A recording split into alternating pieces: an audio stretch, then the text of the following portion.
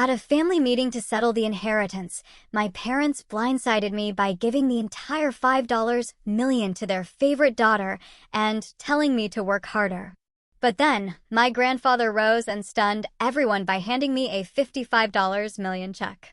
My mother screamed, "You can't do this to me." What my grandfather did after that left her in utter shock. Can you imagine sitting there, hearing your entire family fortune, $5 million meant for all of you siblings, just gone? Swallowed up by a secret transfer to your youngest sister? That's what happened to me. But the real shocker? It wasn't the lawyer's announcement that truly froze the blood in my veins. It was Grandpa Harold. Everyone thought he was bedridden and barely lucid, who suddenly stood up from his wheelchair, his eyes piercing and sharp, and uttered 7 words that changed everything. "I know exactly what you've been doing." In that single, gut-punching moment, my whole life, my entire childhood built on what I thought was solid ground, shattered. I realized then that I had been living a lie. A massive lie. Before I dive into what happened next, and trust me, it's a wild ride, I'm just curious. Where are you watching from today? This family betrayal didn't just change my understanding of loyalty, it changed my entire world. And if you've ever felt that sting of injustice, that deep, unsettling feeling that something just isn't right, then you need to hear this. Because let me tell you, karma came for them in the most unexpected, jaw-dropping way. To truly grasp the magnitude of that day in the library, you need to understand who the Blakes were. We weren't just comfortable, we were Connecticut old money. I'm talking generations of privilege, the kind that whispers its name rather than shouting it. My parents, Richard and Diane, ruled our little empire like benevolent dictators, always reminding us how fortunate we were. There was my father, Richard, the calculating businessman with a Harvard MBA. My mother, Diane, the perfect socialite, meticulously managing our family's image. My brother, Ethan, for years younger than me, the designated family rebel. My sister, Jillian, the baby at 25, and then there was me, Amanda, the eldest at 32. From the moment Jillian was born, our home's dynamic shifted. My baby pictures were stuffed into simple albums in the attic. Jillian? Professional portraits, framed and hung in the main hallway. My birthday parties were quiet affairs with a few school friends. Hers? Extravagant extravaganzas with petting zoos and professional entertainers. This pattern, this glaring favoritism, continued as we grew. Jillian has your father's business instinct. My mother would gush, even though Jillian's main interests were social media and shopping. Meanwhile, I was graduating summa cum laude, devouring business courses, dreaming of joining Blake Real Estate Holdings, the company my grandfather, Harold, had built from absolutely nothing. Grandpa Harold, he was my refuge. While my parents dragged themselves to Ethan's rock band gigs out of obligation and beamed with genuine enthusiasm at Jillian's ballet recitals, Grandpa was always there for me. Front row at my debate competitions. Applauding loudest at my business school presentations. He saw something in me that my parents seemed determined to ignore. "You remind me of myself at your age," he told me once, walking the grounds of Lakeview Manor, our sprawling estate. "You've got the hunger to build something, not just inherit it." His story was legendary. He'd started with a single, run-down apartment building in the 60s, expanding into luxury properties across New England. By the time he handed the reins to my father 15 years ago, Blake Real Estate was worth over $100 million. I worshipped him. My father focused on maintaining. Grandpa Harold? He was a visionary. He taught me that wealth wasn't just about money, it was about creating value where none existed. My parents' dismissal of my ambitions only intensified after I graduated. Despite my qualifications, my father relegated me to a minor role, managing a small division of rental properties. "Property management will be good experience," he'd say, patronizingly.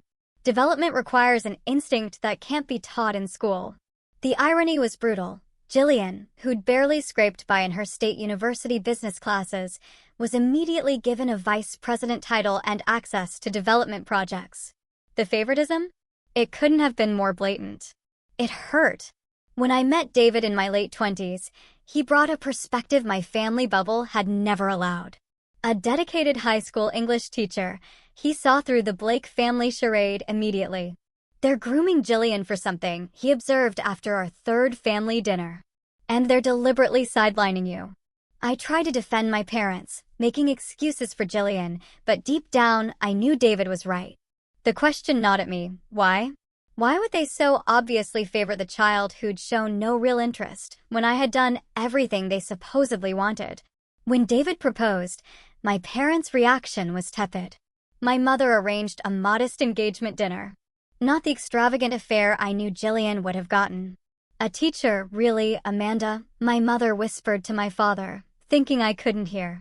She could have had her pick of the Ashton boy or the Winthrop heir. But David and I married anyway, buying a cozy colonial home 30 minutes from Lakeview Manor.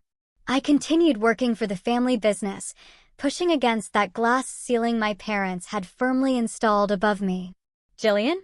She flitted from department to department, praised for the most basic accomplishments, while my genuine successes were just expected.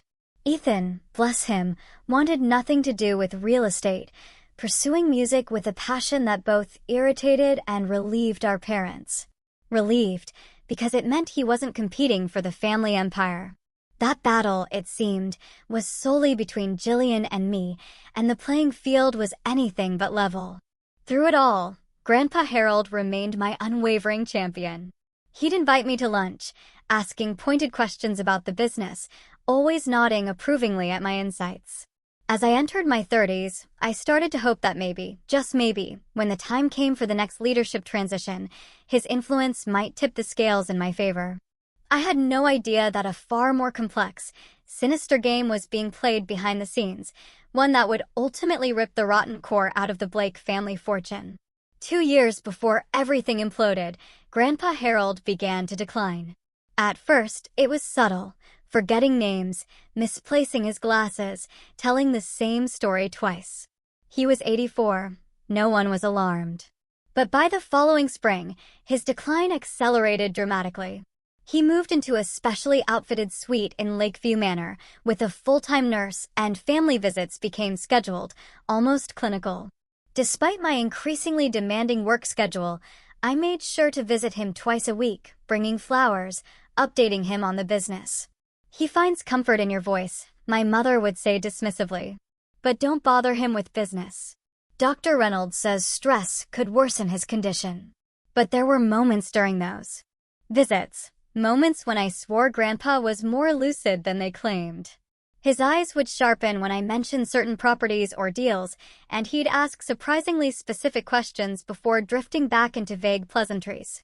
I mentioned these flashes of clarity to my father once. He just waved it off as sundowning, temporary periods of clarity, common in dementia patients. As Grandpa's health apparently worsened, I started noticing huge changes in the company. My father began restructuring departments, moving trusted employees, bringing in new executives, something the Blakes never did. When I questioned these moves, I was told it was preparing for the future and had Grandpa Harold's blessing. More concerning were the closed-door meetings between my parents and Lawrence Peterson, the family's longtime attorney. 3 times I arrived at Lakeview Manor, only to see Peterson leaving the study, thick folders in hand. My mother vaguely mentioned estate planning and ensuring a smooth transition.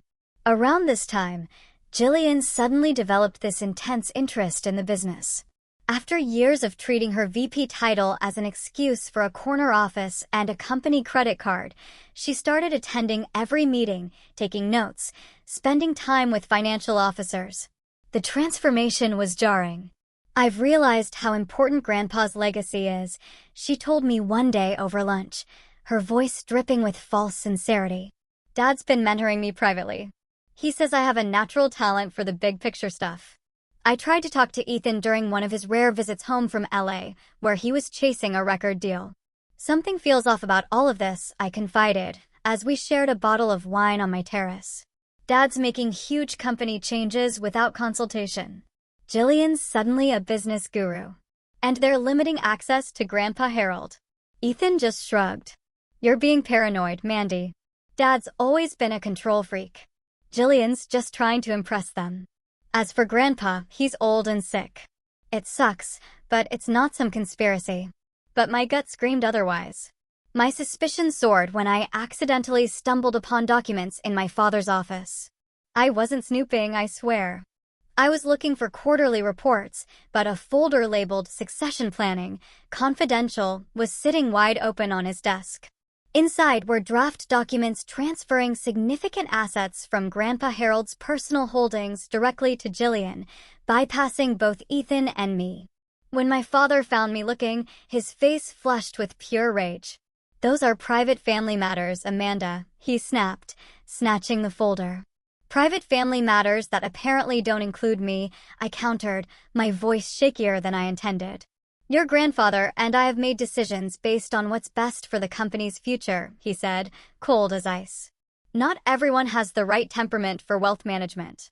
The conversation ended there, but the tension between us stretched taut for months. I started documenting everything: company changes, unusual financial movements, the timing of their meetings with Peterson. David thought I was becoming obsessive, but a deep feeling in my gut told me something was terribly wrong. The last Christmas, before the will reading, was strange. Grandpa Harold was brought downstairs for the gift exchange, particularly foggy, barely recognizing Ethan, calling Jillian by my name. Yet, when everyone else was busy with dessert, I swore I saw him watching my father. Not with confusion, but with calculation. As we were leaving that night, Jillian pulled me aside, a bizarre flash of sisterly affection in her eyes. "You should really start thinking about your future beyond Blake Holdings," she squeezed my arm. "You and David could move anywhere with your business degree. Haven't you ever wanted to try something completely different?" The warning hit me like a physical blow. They were planning to push me out. They wanted me to go quietly. Little did they know, the reading of Grandpa Harold's actual will would blow their careful plans to smithereens. The day of the will reading dawned bright and clear, the kind of crisp autumn morning that normally would have lifted my spirits. David squeezed my hand, reassuringly, as we drove through the ornate gates of Lakeview Manor.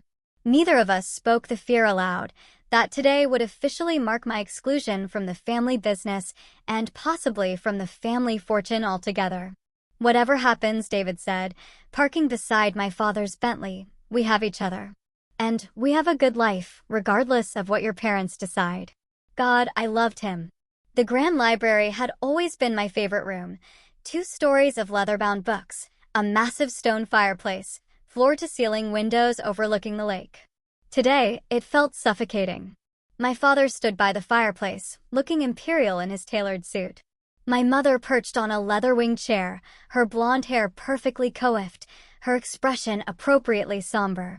Jillian sat nearby, draped in an expensive black dress, perfectly calculated for mourning, despite the fact that Grandpa Harold was very much alive, if unwell. Grandpa himself was there, which surprised me, wheeled in by his nurse, slumped in a specialized wheelchair, a plaid blanket across his knees. His once commanding presence had diminished so drastically, it made my heart ache. He barely seemed to register the significance of the gathering. Ethan arrived last, looking uncomfortable in a suit that didn't quite fit his musician's frame. He gave me a quick hug before taking a seat as far from our parents as possible. Lawrence Peterson cleared his throat, adjusting his wire-rimmed glasses. "Thank you all for gathering today. As you know, Harold has decided, given his health situation, to execute certain aspects of his estate plan now, rather than waiting. He believes this will ensure a smoother transition and allow him to see his wishes fulfilled during his lifetime." Peterson began reading through standard legal provisions, executive appointments, tax considerations, charitable bequests. I listened intently, my heart thumping, waiting for the details that would impact the family business. Regarding Blake Real Estate Holdings, Peterson continued, "Harold has already transferred operational control to Richard, as you all know. However, ownership shares were to be distributed upon Harold's passing according to the following percentages: 40% to Richard, 20% to Amanda, 20% to Ethan, and 20% to Jillian."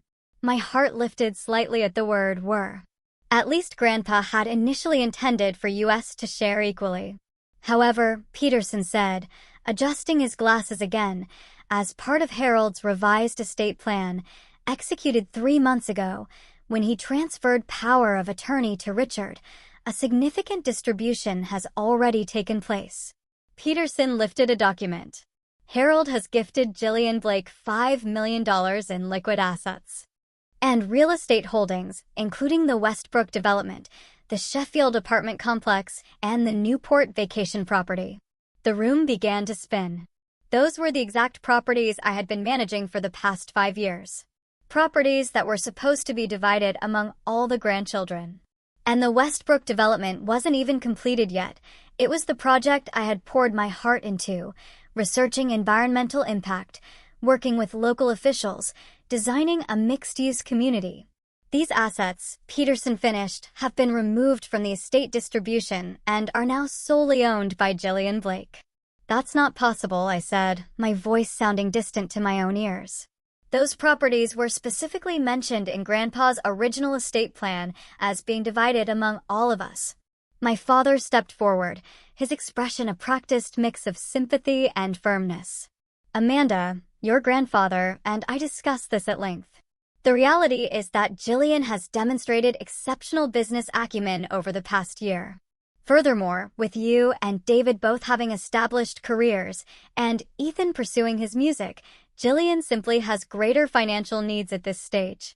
Greater financial needs? Ethan repeated, incredulously, finally engaging. She lives in a company-paid penthouse and has never worked a day in her life outside the cushy job you gave her. Gillian's face flushed with anger. That's not fair. I've been working closely with Dad on major projects. Just because I don't broadcast every little accomplishment like Amanda doesn't mean I haven't earned this. Earned? I couldn't help but laugh, though there was no humor in it. Gillian, you couldn't even explain how a cap rate works last year, and suddenly you've earned $5 million in assets? My mother intervened, her voice carrying that warning tone I'd heard throughout childhood. Amanda, this is exactly the kind of reaction that concerned your grandfather. This competitiveness. This inability to be happy for your sister's success. Success? I stood up, blood pounding in my ears. What success? What has she actually accomplished besides being your favorite? Peterson awkwardly shuffled his papers. Perhaps we should take a brief recess too, no? I interrupted, moving toward his desk. I want to see the transfer documents now. After a moment's hesitation and a curt nod from my father, Peterson handed me the paperwork. There it was, in black and white, my father's signature as power of attorney, authorizing the transfer of assets meant for all of us to Gillian alone. The date on the document coincided perfectly with the period when Grandpa Harold's health had supposedly taken that dramatic turn for the worse. This is wrong, I said quietly, scanning the pages. Grandpa would never have wanted this. He believed in fairness. People change their minds, Amanda, my father said smoothly, especially when they see who truly values the family legacy versus who might be distracted by outside interests. He glanced meaningfully at David. The injustice of it all. Years of hard work dismissed. My dedication to the company treated as a hobby. Assets I had successfully managed, handed to my sister, who had shown no real interest until recently. It was overwhelming. I felt tears threatening and fought them back. I wouldn't give them the satisfaction. And that's when it happened. From his wheelchair in the corner, Grandpa Harold slowly pushed the blanket off his knees. With effort, but surprising steadiness, he rose to his feet. His nurse gasped, moving toward him, but he waved her away with a firm hand.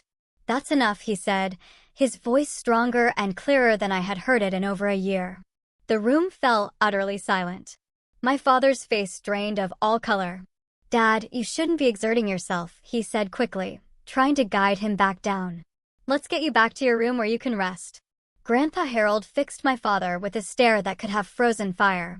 I've been watching you all very carefully. The will you just heard is a fake. The silence that followed was absolute.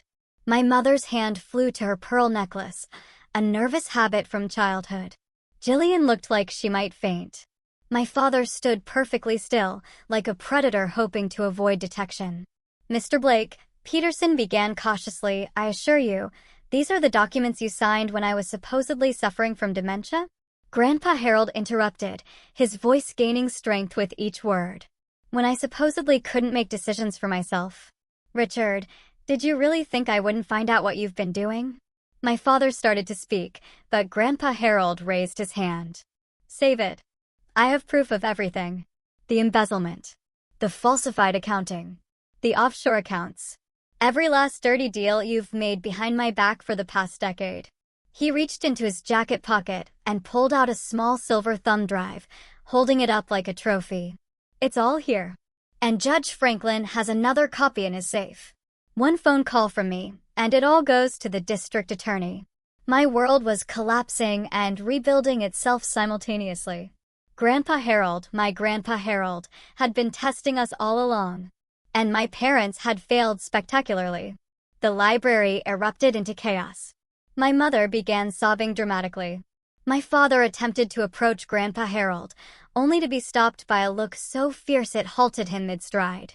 Jillian sat frozen, her perfectly made-up face a mask of pure shock. Ethan moved to stand beside me, our shoulders touching in a silent show of solidarity we hadn't shared since childhood. Everyone sit down. Grandpa Harold commanded, and remarkably, everyone obeyed. Even my father, the man who had run our family and business with an iron fist, sank into the nearest chair like a scolded child. I'll start from the beginning, Grandpa said, moving with surprising agility to take the seat at the head of the long library table, his traditional place during family meetings. 14 months ago, I began noticing irregularities in the quarterly financial reports. Properties that should have been generating substantial income were showing minimal returns. Development costs for new projects were inexplicably inflated. Money was moving through our accounts in patterns that made no sense for legitimate business. He looked directly at my father. At first, I thought you were simply making poor decisions. But Thomas Franklin, you remember my old friend who became a judge? He suggested something more concerning might be happening. My father's face had gone from pale to ashen. Judge Franklin had been Grandpa's friend for over 50 years and was known for his expertise in financial crimes. Thomas put me in touch with a forensic accountant and a private investigator, Grandpa continued. What they uncovered was far worse than I imagined. Richard, you've been systematically draining assets from Blake.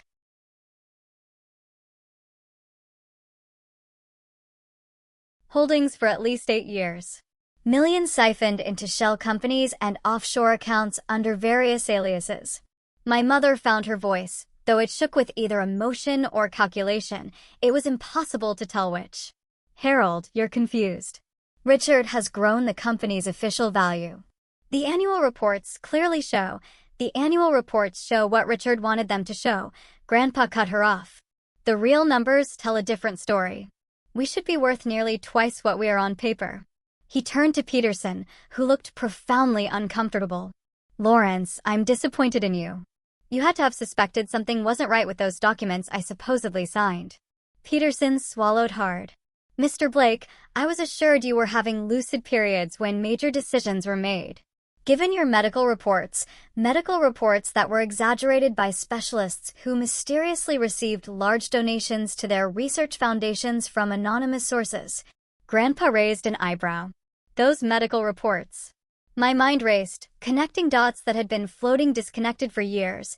The restricted access to Grandpa, the new doctors, the sudden changes in company structure. You've been pretending all this time? I asked, still struggling to reconcile the sharp, strategic man before me with the foggy, confused grandfather I'd been visiting. Grandpa's expression softened as he looked at me. Not entirely pretending, Amanda. I am 84.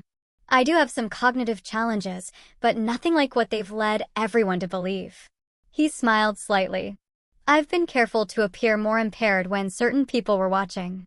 He turned back to my father. I needed to know how far you would go. Would you stop at cooking the books, or would you try to manipulate my final wishes, too? So, I created the perfect test. I pretended to decline more rapidly. I allowed you to think you had control. My father finally spoke, his businessman's composure partially restored. Dad, this is ridiculous. I've made some aggressive tax maneuvers, certainly, but nothing illegal. As for the will, you and I discussed the changes. You agreed. Jillian showed promise. Richard, stop. Grandpa's voice was quiet, but it cut like a knife. The game is over. My investigator has documented transfers totaling $27 million to accounts that ultimately trace back to you and Diane.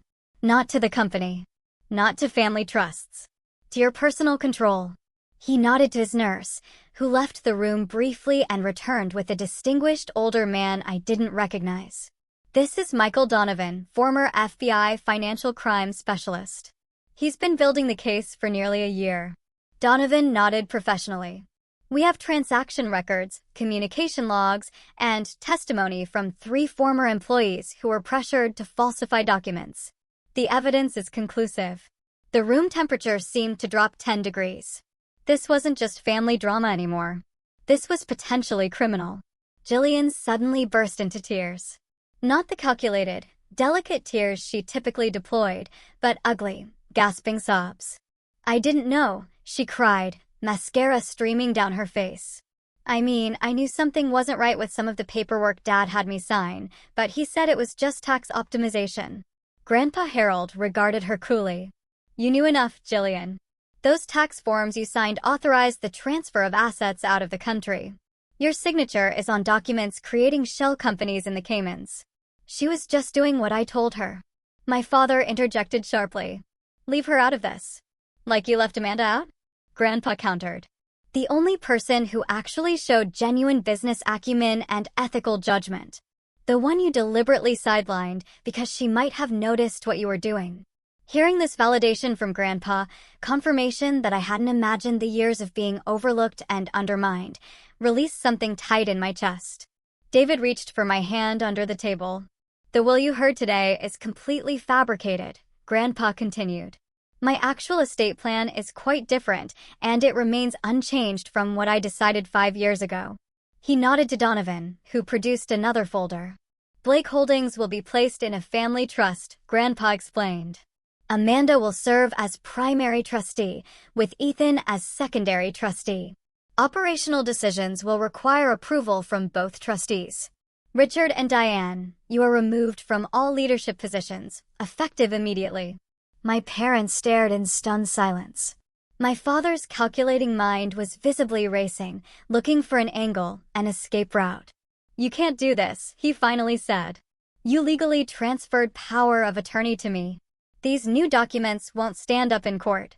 Power of attorney obtained through fraud and misrepresentation of my mental capacity? Grandpa smiled thinly. Judge Franklin has already reviewed the evidence. The medical assessment I underwent last week without your knowledge confirms I am fully competent to make these decisions. He turned to me and Ethan. There's one more thing you should know, and it may be the hardest truth of all. He took a deep breath. Richard is not my biological son. If you're still with me through this absolute family nightmare, I'd love to hear your thoughts in the comments. Has anyone else ever discovered their family wasn't what they thought it was? When my grandfather dropped that bombshell, my entire understanding of our family history shattered. Stay with me as I explain the shocking truth about my father's parentage and how it explains decades of resentment and deception. This revelation changed everything about how I viewed my family legacy. The silence that followed Grandpa Harold's announcement was deafening. My father sat completely still, his face unreadable. My mother looked away, studying her manicured nails as if they held the secrets of the universe. What are you talking about? Ethan finally asked, his voice unusually quiet. Grandpa Harold's expression held decades of contained pain. Your grandmother, Eleanor, and I had been married for 3 years without conceiving a child. We were going through testing to determine the cause when she suddenly announced she was pregnant. I was overjoyed, never questioning the timing. He paused, his gaze distant with memory. It was only after Eleanor died of cancer, when Richard was 17, that I found her journals.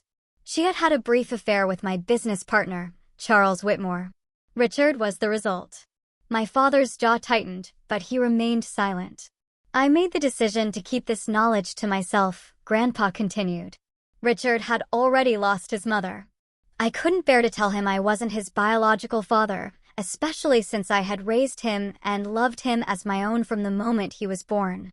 If you loved him so much, My mother interjected sharply. Why reveal this?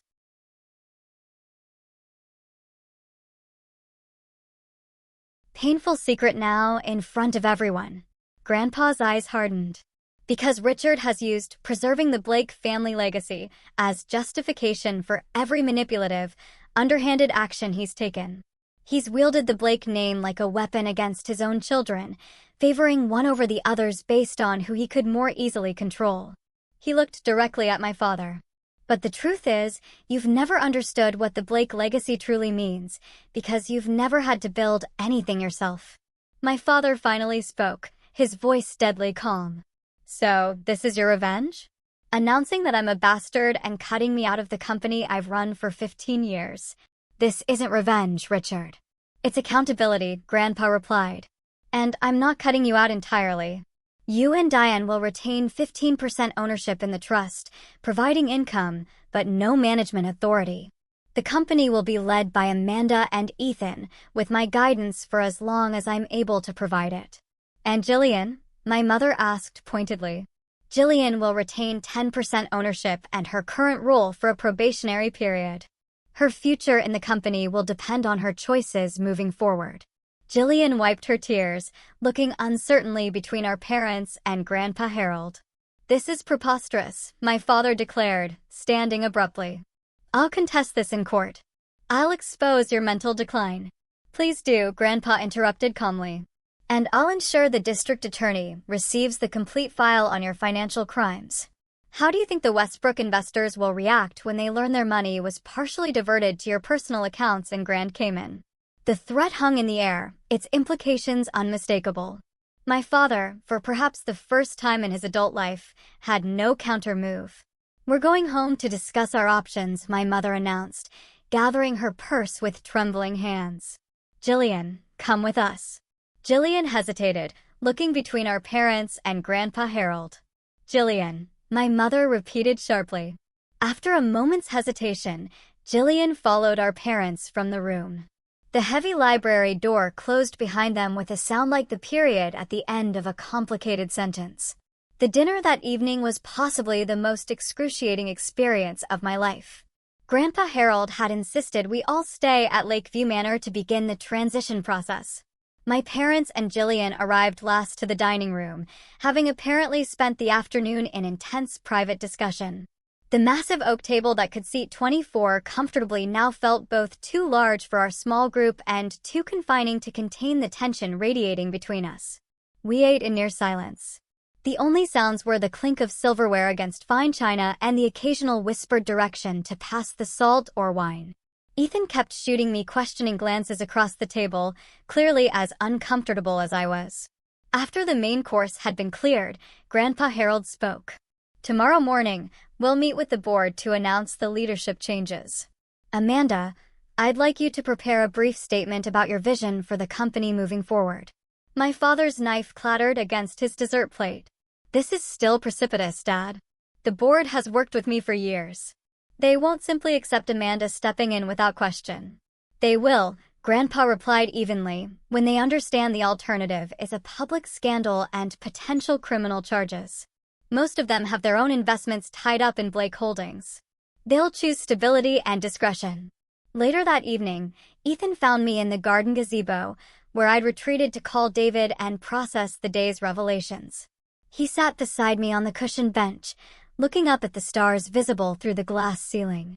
So, he said after a moment, apparently, we're business partners now. Despite everything, I laughed. Apparently. I know nothing about real estate development, he admitted. You know more than you think, and you have good instincts about people, which is half the battle. I turned to look at him. Are you okay with all of this? You've always been clear about wanting your own path. Ethan was quiet for a moment. I think I'm actually relieved. Music will always be my passion, but I've been struggling in LA. Too many talented people, not enough opportunities. He shrugged. Maybe this is the universe telling me it's time for a different approach. I can still make music while helping with the family business. Co-trustees, huh? Grandpa was smart to structure it that way. Neither of us can make major decisions alone. Checks and balances. Ethan agreed. Something our parents never allowed. The following morning, Grandpa Harold invited me to his private study, a room I hadn't been permitted to enter for months. Unlike the imposing library, this space was intimate and personal, with worn leather chairs and walls lined with family photographs rather than legal tomes. He unlocked an antique cabinet and removed a weathered photo album I'd never seen before. As we sat together on his small sofa, he began showing me images from the early days of Blake Holdings, construction sites, ribbon-cutting ceremonies, handshake deals captured in fading color. "Your grandmother Eleanor was my heart," he said softly, pointing to a beautiful woman with a warm smile standing beside him in front of their first major development. When I discovered her affair after her death, it nearly destroyed me.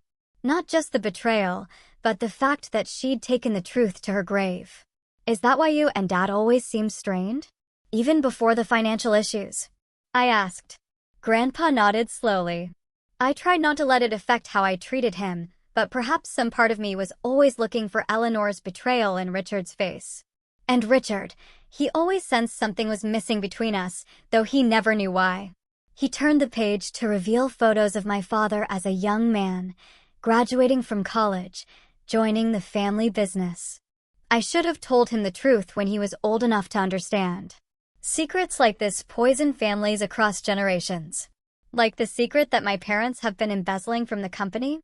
I asked, unable to keep the bitterness from my voice. "Yes," Grandpa acknowledged. "Though I suspect that particular crime has a simpler motivation. Your father has expensive tastes, and your mother's family lost their money 2 generations ago. Her social status has always depended entirely on the Blake fortune." He closed the album gently. "But there's something else you need to understand, Amanda. Richard isn't biologically a Blake, but he is my son in every way that matters. I raised him, taught him, loved him. His actions are his own responsibility. But the distance between us? That's partially my failure." The complexity of family relationships had never felt more profound. Grandpa Harold had kept a devastating secret for decades out of love. Yet that very secret had created an emotional gulf that perhaps drove my father to his own deceptions. "What happens now?" I asked quietly. "Now we rebuild," Grandpa replied.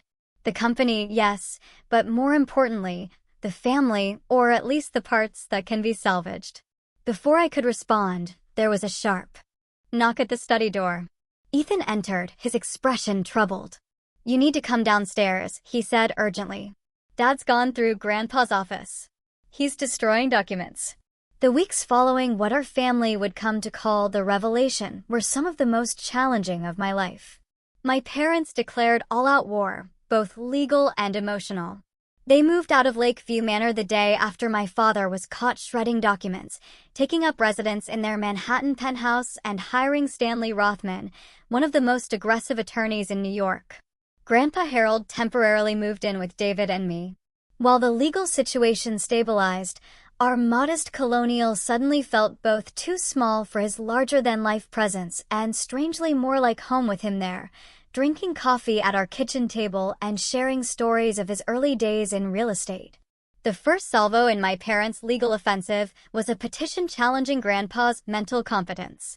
Despite the independent medical assessment confirming his capacity, they submitted affidavits from the specialists they had previously engaged, all suggesting that Grandpa Harold suffered from significant cognitive decline with occasional periods of lucidity. Judge Franklin, true to his friendship with Grandpa, ensured the case was assigned to Judge Rebecca Martinez, known for her no-nonsense approach to family disputes. She ordered a comprehensive evaluation by a court-appointed geriatric psychiatrist who ultimately confirmed what we already knew. Grandpa Harold had some age-related memory issues, but was fundamentally sound in his decision-making capacity. With the competency challenge defeated, my parents shifted tactics. Rothman filed for an emergency injunction to prevent any changes to the company leadership structure, claiming that my father had been operating under a valid power of attorney and that the sudden reorganization would cause irreparable harm to Blake Holdings. Meanwhile, Jillian launched what could only be described as a social media smear campaign.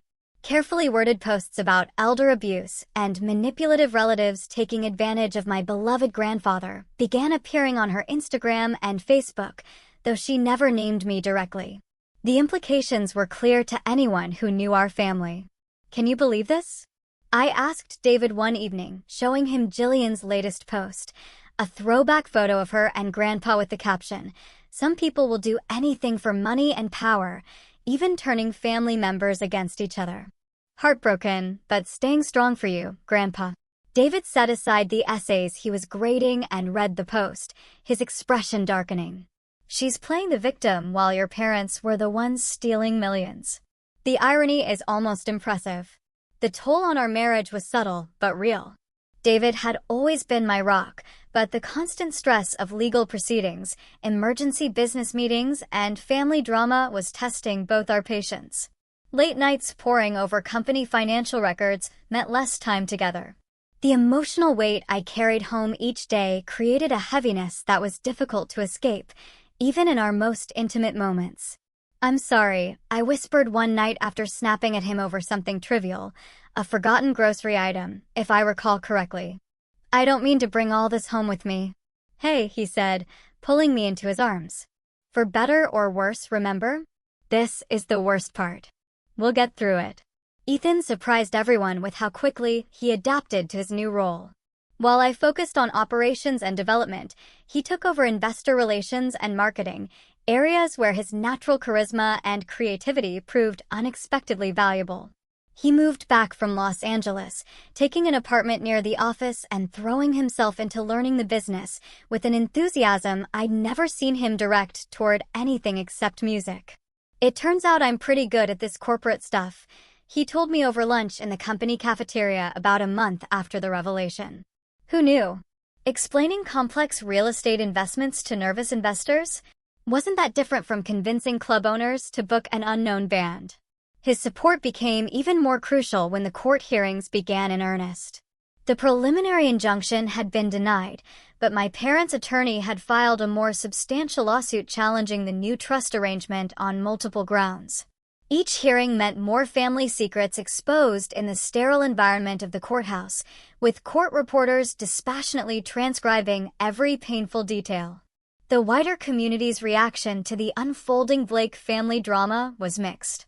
Some longtime business associates distanced themselves, uncomfortable with the allegations of financial impropriety.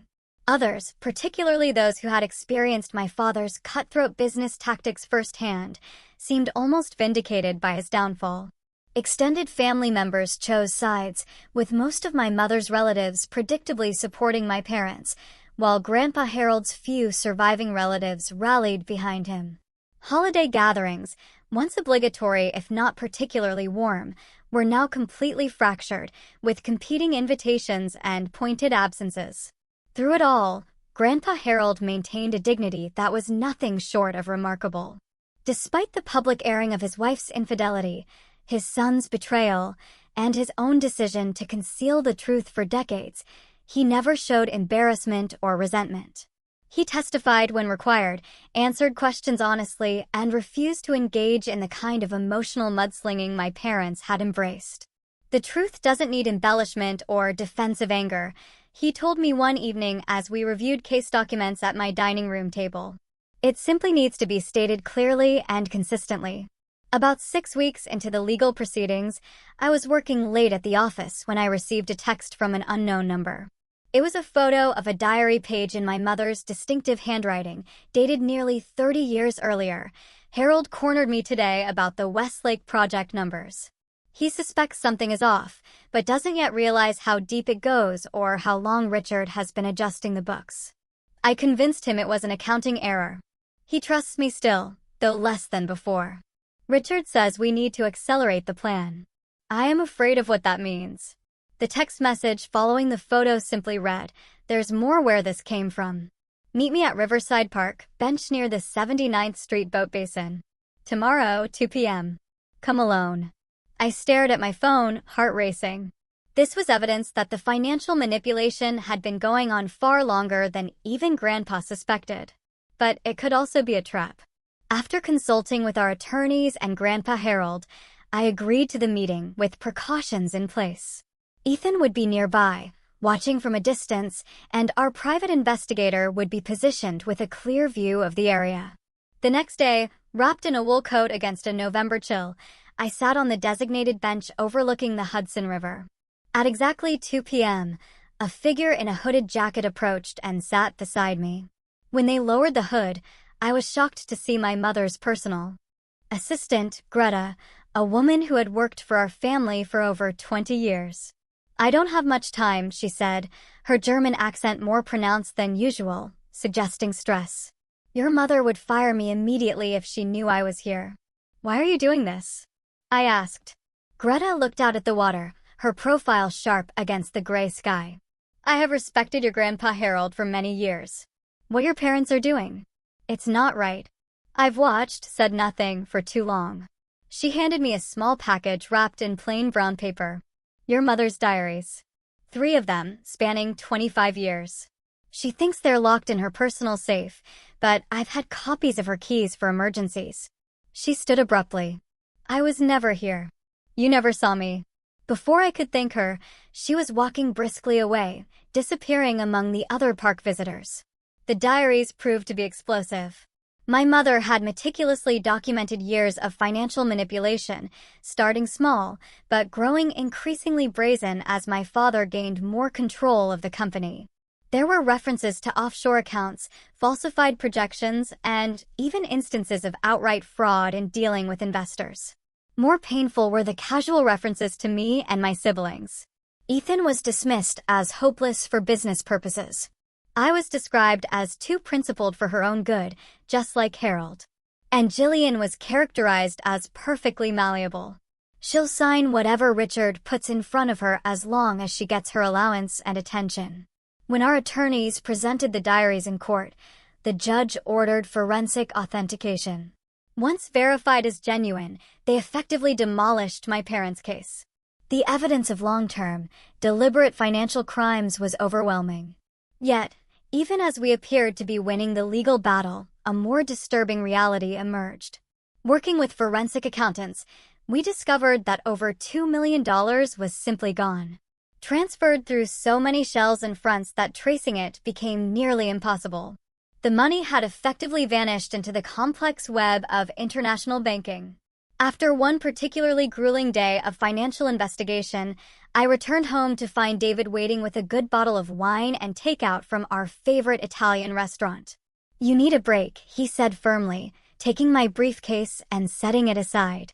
"Just one evening without Blake family drama." We were halfway through dinner when my phone rang. Seeing Ethan's number, I apologized and answered. "Mandy," he said, his voice hesitant. "Dad just called me. He wants to meet. Just the 2 of us." I paused. "I think I should go. Maybe he's finally ready to explain himself.